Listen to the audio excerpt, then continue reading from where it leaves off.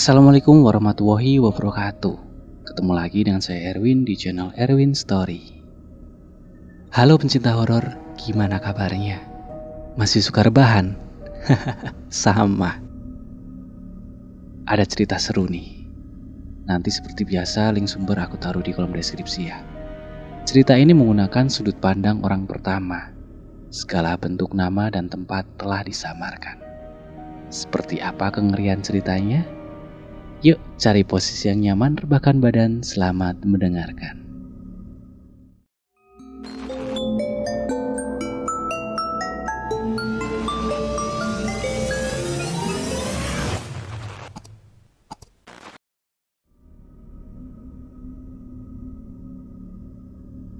Kejadian ini bermula pada tahun 2013.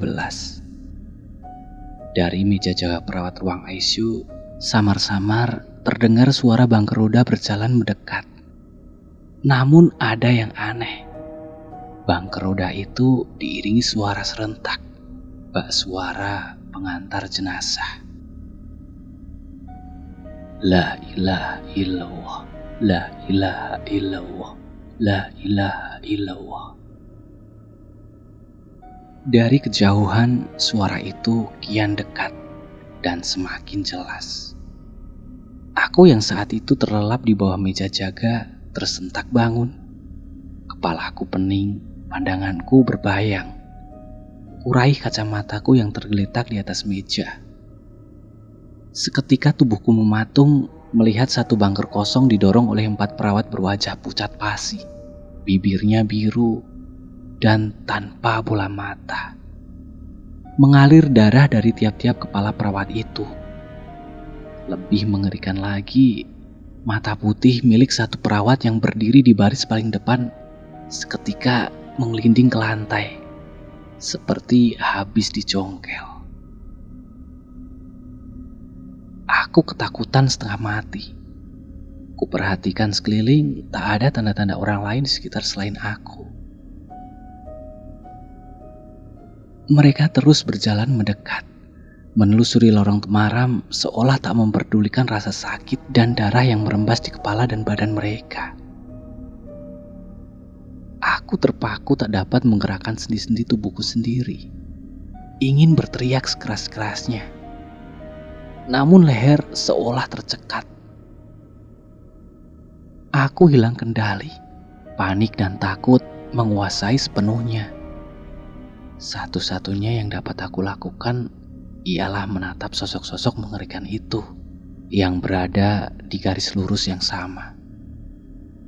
Mereka kian mendekat ke arahku, seraya hendak menjemputku untuk naik ke bangker kosong yang mereka bawa. Dan gilanya, mereka juga terus mengucap kalimat doa yang biasa dilafalkan para pengantar jenazah. La ilaha illallah, la ilaha illallah, la ilaha illallah. Bisa kalian bayangkan bagaimana posisi aku saat itu? Satu-satunya yang kuingat hanya wajah ibuku di kampung halaman yang belum sempat kukunjungi. Langkah mereka semakin cepat, menggaung suara tawa memekik dari berbagai arah. Aku seperti berada di jalan buntu yang mana hanya bisa menangis. Kemudian, secepat kilat keempat perawat mengerikan dan bangker roda itu menabrakku keras. Setelah itu, pandanganku gelap.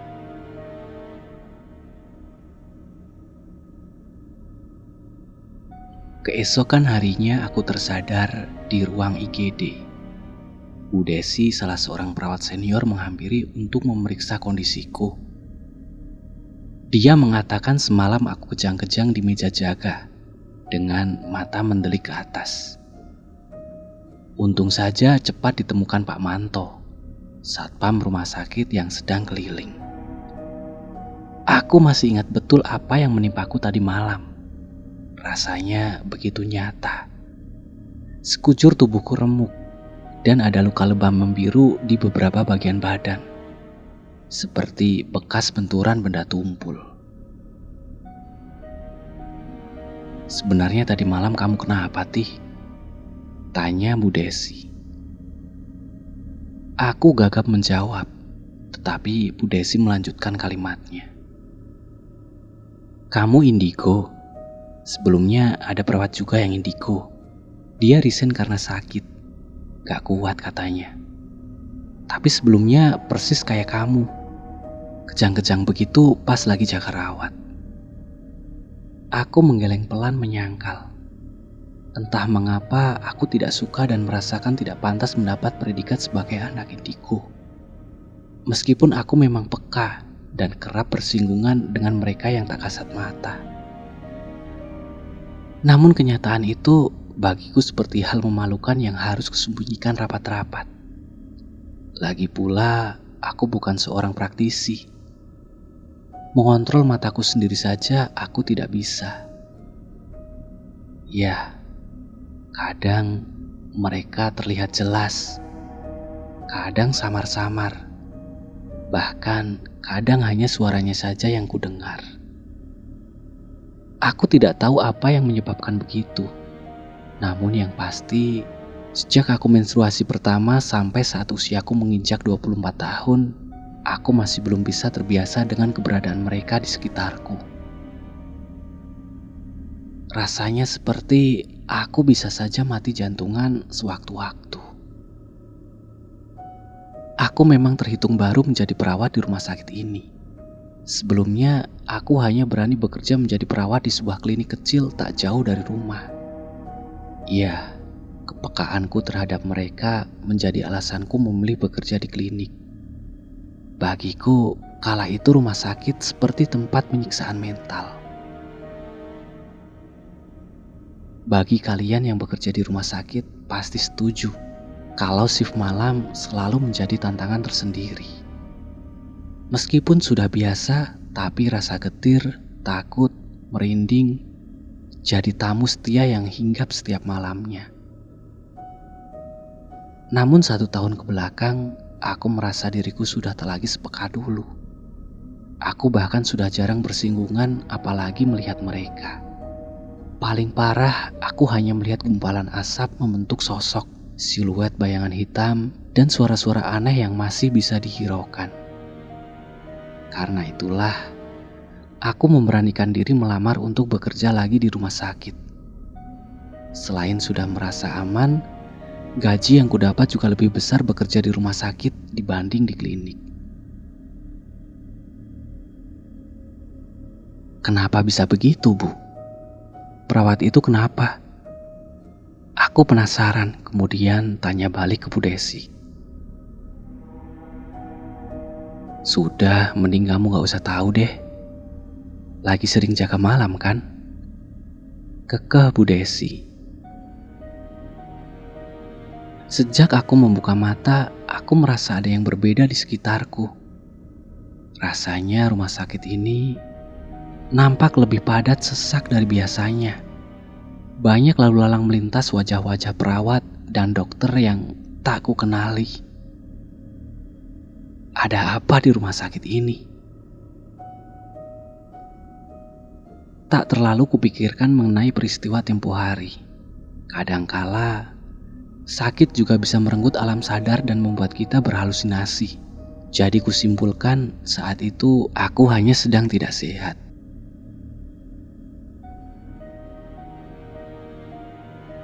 Sekarang aku mendapat giliran jaga di IGD.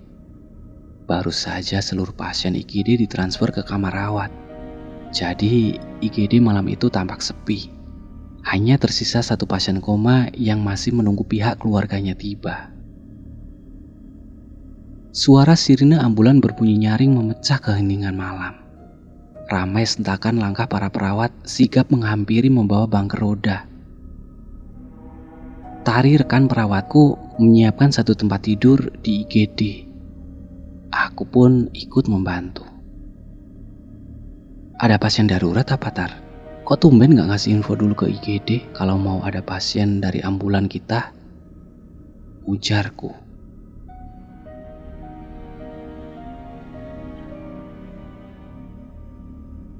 Tari tak menjawab. namun raut wajahnya tampak begitu serius. Suara bangker roda terdengar mendekat.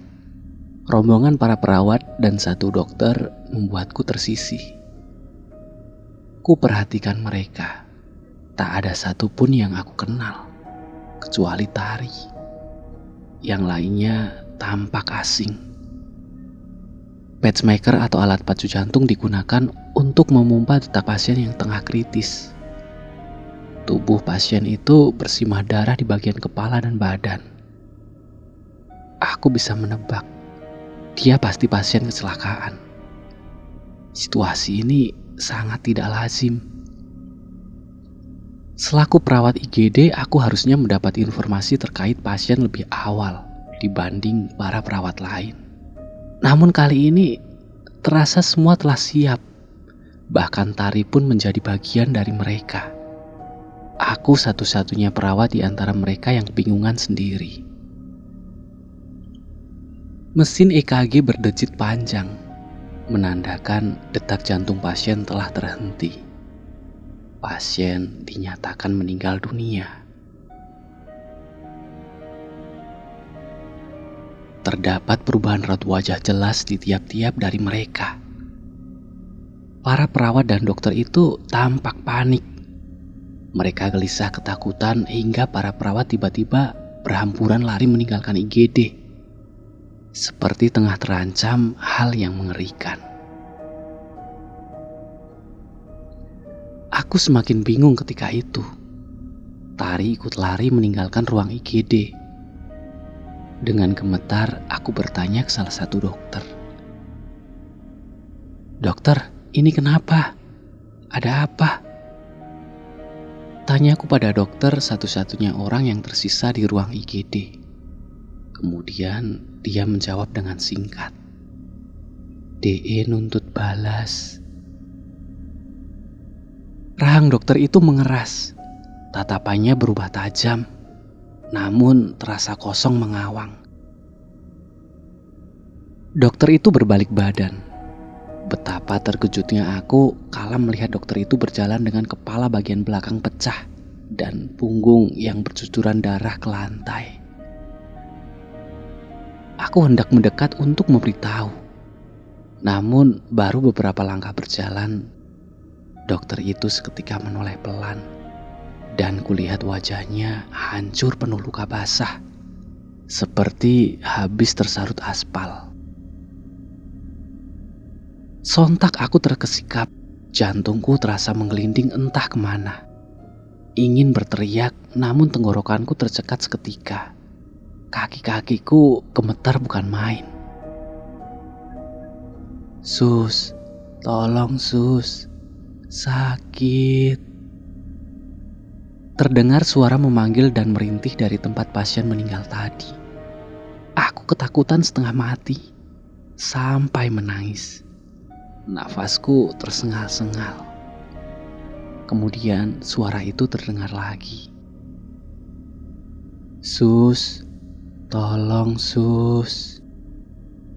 Dengan sisa-sisa tenaga yang aku punya, aku berjalan memeriksa sumber suara. Mataku menyisir tiap tirai tempat tidur kosong secara perlahan, sembari mempersiapkan keberanian dalam diri. Hingga tiba-tiba tirai pembatas tempat pasien itu berada, aku hanya berani menilik separuh dengan sedikit memiringkan kepala. Kalian tahu apa yang terjadi? Kalian ingat kan kalau pasien itu sudah meninggal? Tapi pasien itu duduk bersandar di atas ranjang sambil bilang, "Sus, tolong sus, kepala saya putus." Dan entah bagaimana bisa dia menarik kepalanya sampai terangkat memisah dengan badan. Bisa kalian bayangkan seperti apa ngerinya? Kakiku melemas. Sudah tak sanggup lagi menompang tubuhku hingga roboh ke lantai. Aku memejamkan mata dan kedua tanganku menutup telinga sembari berharap ada yang datang menolong. Tiba-tiba, Ratih, kamu kenapa Ratih? Suara tari dan tepukan tangannya membuatku berani membuka mata. Tar, pasien itu Tar. Aku menunjuk ke tempat tidur pasien tadi. Pasien apa? Mana pasien? Gak ada pasien lagi Ratih, ujar Tari. Hah? Itu Tar yang tadi. Kalimatku terhenti ketika melihat tempat tidur rawat tempat pasien tadi berada masih tertata rapi, seperti semula. Gak mungkin. Tadi kamu ikut tindakan, Tar, sama dokter. Ngaco kamu. Aku habis makan di depan, bantah Tari. Belum hilang gemetar di badan dan kaki yang melemas. Rasanya peristiwa itu benar-benar nyata, bukan halusinasi atau mimpi. Tapi bagaimana bisa? Hari-hari selanjutnya, aku nyaris tidak bisa membedakan mana manusia dan mana yang bukan. Mereka semua berwajah pucat. Rumah sakit tampak pada sesak. Tak jarang ada pula yang menampakkan rupa mengerikan. Perawat mengerikan yang menusuk-nusuk lehernya sendiri dengan jarum suntik. Perempuan yang menarik kaki dari kolong bangker rawat inap. Hingga yang paling fenomenal, pria yang mencari jasadnya sendiri. Waktu itu sudah lebih dari 5 jam kuperhatikan. Bapak itu duduk di lorong ruang tunggu sampai tengah malam begini. Entah apa yang ditunggu. Dia hanya duduk terdiam sembari menatap lurus tanpa memperdulikan sekitar. Merasa iba, aku pun menghampirinya. Pak, dari tadi saya lihat Bapak di sini saja. Lagi nunggu siapa ya, Pak? Bapak yang kusapa tidak menjawab. Bahkan melirik pun tidak. Bulu romaku seketika meremang. Senyap dan dinginnya lorong seketika menusuk ke tulang. Pak, mending pulang dulu. Dokter juga gak ada yang visit jam segini. Dan jam besuk baru buka besok siang. Mau sampai kapan Bapak di sini? Orang itu pun menjawab, sampai kutemukan di mana jasadku. Darah seketika merembes dari leher, perut, dan kepala bagian belakang. Lagi-lagi wajah pria itu hancur seperti tersarut aspal. Persis dengan sosok kepala putus yang aku lihat di IGD itu. Aku gemetar, dan aku tak ingat apa-apa lagi setelahnya. Rasanya waktu itu seperti ada sosok yang membekapku dari belakang. Hingga aku sesak napas dan pingsan.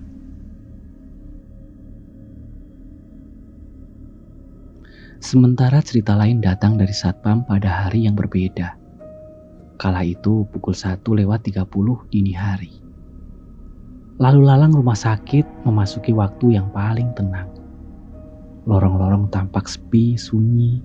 Ditambah gemericik gerimis membuat hawa malam itu terasa dingin menusuk kulit. Salah seorang satpam yang tengah berjaga di pos persimpangan antara lorong menuju kamar rawat dan lorong menuju laboratorium mendapati dari kejauhan ada seorang pria parubaya berjalan pincang mendekat ke arahnya. Kian dekat, kian jelas. Pria itu tampak basah kuyup. Mungkin kehujanan, pikir satpam itu. Wajahnya pucat pasi, pandangannya kosong lurus ke depan. Melewati satpam tersebut tanpa menoleh. Pandangannya lurus ke depan, melewati satpam tersebut begitu saja, tanpa menoleh. Padahal bapak satpam yang berjaga sudah melempar senyum sapa kepadanya. Merasa tidak dihiraukan, satpam pun menegur pria tersebut. Mau kemana, Pak? Pria setengah beruban itu tak menanggapi sama sekali. Dia terus berjalan pelan memasuki lorong yang menuju laboratorium. "Pak, Bapak mau kemana? Ada yang bisa saya bantu?" Satpam itu pun menyusul pria tersebut. Aneh, pria itu hanya mengangkat satu tangan lalu menunjuk ke arah lorong di depannya. "Iya Pak, mau kemana ya?" tanya Satpam sekali lagi memperjelas. Pria itu terus berjalan mengabaikannya. "Pak, sudah malam, yang tidak berkepentingan dilarang masuk," tegas Satpam itu. "Bapak mau kemana?" Sekitar 3 langkah ke depannya, kepala pria parubaya itu memutar 180 derajat, menghadap ke Satpam itu. Separuh pipinya penuh luka basah tanpa kulit. Kedua matanya bolong dan hidungnya tampak bengkok. Seketika kedua lengan dan kakinya putus terpisah-pisah seperti habis dimutilasi. Kemudian pria itu berbicara. "Saya mau cari jasad saya." Potongan badan dan kepala berbalik itu menyentak dengan suara berat. Terkejutlah Satpam itu. Satpam yang berbadan tegap tersebut lari terbirit-birit. Dan keesokan harinya, dikabarkan beliau izin sakit beberapa hari. Dikarenakan sakit demam tinggi yang tak kunjung turun. Cerita yang dialami Satpam itu beredar cepat ke seluruh lapisan rumah sakit. Bahkan aku mendengar ragam cerita mengerikan yang ikut menguap ke permukaan terkait cerita kelam rumah sakit ini. Aku merinding ketika mengetahui ciri-ciri makhluk pria parubaya yang disebutkan Satpam itu. Sangat mirip dengan ciri-ciri pria korban kecelakaan yang aku lihat di IGD dan yang tempo hari aku lihat. Hari-hari berikutnya banyak teror mengerikan terjadi di rumah sakit ini. Bukan hanya dialami oleh tenaga medis, tapi juga pasien yang mengaku melihat perawat dan dokter berwajah hancur mengantarkan obat ke kamar rawat inap mereka kala tengah malam. Bahkan ada juga pasien yang mendaftarkan diri sebagai pasien dari nama dokter yang sudah lama meninggal. Pasien itu mengaku kalau minggu lalu telah ditangani oleh dokter itu, hingga dia mendapat jadwal kontrol di minggu berikutnya. Namun ketika dikonfirmasi, dokter atas nama yang dimaksud telah lama meninggal karena serangan jantung saat bertugas malam di rumah sakit itu. Perihal pria parubaya yang kutemui, beredar kisah bahwa beberapa tahun lalu memang ada korban kecelakaan yang dialami pria berciri-ciri yang serupa. Pria itu meninggal ketika sedang dalam penanganan. Namun pasien itu tidak memiliki identitas yang jelas dan sanak keluarga yang diketahui. Konon mayat pria tersebut dijadikan malpraktek dan perdagangan organ-organ dalam. Hingga saat ini, sosok astral dari pria parubaya itu kerap gentayangan di rumah sakit tersebut, mencari-cari di mana jasadnya.